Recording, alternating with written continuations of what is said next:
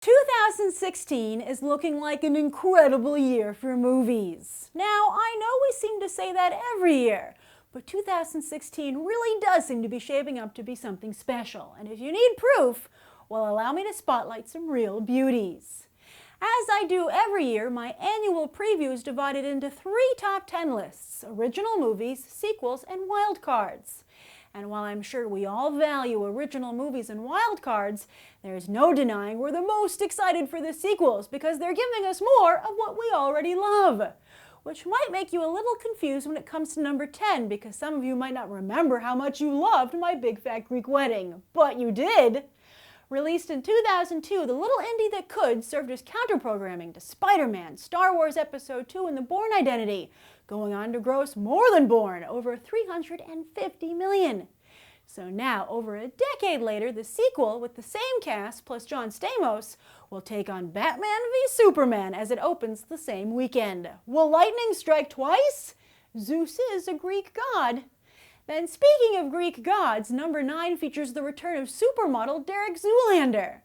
Fan favorites Hansel and Mugatu also return, as does Billy Zane, joined by newcomers Penelope Cruz, Kristen Wiig, Fred Armisen, and Justin Bieber, Kim Kardashian, and Ariana Grande? Don't worry though, a Zoolander sequel is probably the request Ben Stiller hears most from his fans. Plus, so far, the inventive marketing for the film has been on point.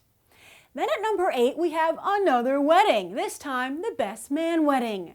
While it took a decade to get a sequel to The Best Man Holiday was such a huge hit that Malcolm D. Lee got the green light from Universal to make this a trilogy real quick. Now, some might feel Lee's Barbershop 3 should be on this list instead, but his Best Man franchise has a lot more momentum right now at the box office. Although Universal did move The Best Man Wedding off of April 2016 so the two movies wouldn't compete head-to-head. But The Conjuring 2 can open whenever it darn well pleases, as horror fans can't wait for Furious 7 director James Wan to return to the genre that birthed him.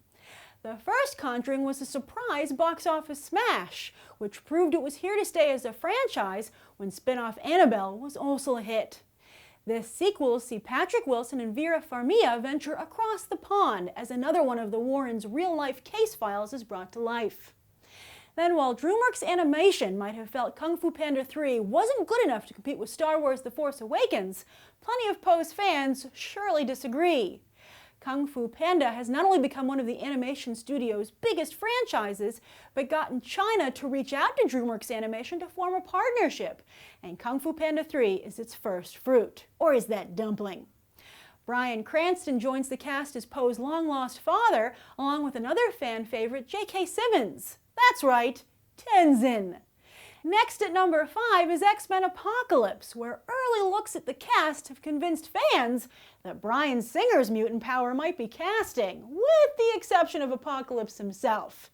In fact, the initial reaction was so bad that it was recently revealed that Singer actually revised the character's look, despite having already shot most of the film.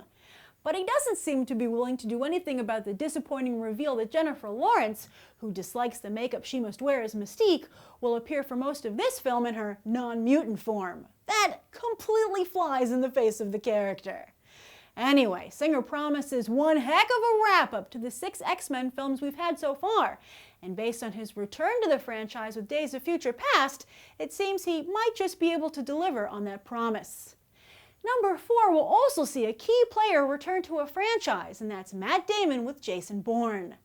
After he and director Paul Greengrass sat out the Bourne legacy due to a serious disagreement with Tony Gilroy, it would seem they've won, as Gilroy, who scripted all the Bourne films to date and directed the 4th, is nowhere to be seen when it comes to this 5th entry.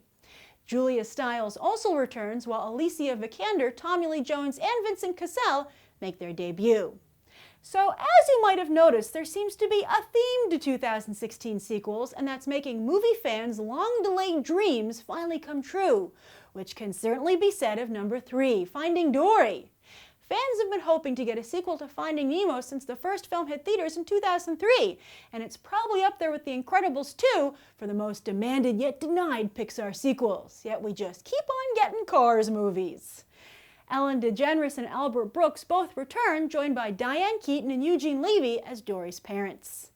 To this day, Finding Nemo is one of Pixar's biggest box office hits, and you can expect a similar boffo performance from Finding Dory.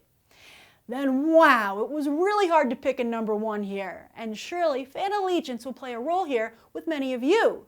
But as a fan of both Marvel and DC Comics, I remained impartial and had to go with Captain America Civil War as the runner-up. Oh no! Sorry, hardcore Marvel fans, but let's be honest, Kevin Feige needs to re-establish his dominance after faltering with Avengers Age of Ultron. And don't forget the potential backlash when fans see how much Feige has deviated from the source material. Plus, there are concerns this movie is too crowded, and there have already been a lot of Marvel movies. Now, of course, Captain America Civil War is still number 2 on this list, not shabby at all, but here's why Batman v Superman: Dawn of Justice tops it. First of all, it's new. Not only are we seeing the emergence of the DCEU, but this is the first time that Batman and Superman have ever appeared on the silver screen together. And this is the first time Wonder Woman will appear on the silver screen, period. Those things make this movie cinematic history. Plus, there is intense interest in Ben Affleck's Batman, not to mention all the Easter eggs for Suicide Squad and the other DCEU movies on the horizon. Dawn of Justice means the dawn of the freaking Justice League, also for the first time on the silver screen. And you don't get much bigger than that. And that's my top 10 list of sequels for 2016. Share your thoughts down below. I'm Grace Randolph, and be sure to check out my list of top 10 original movies and wildcards.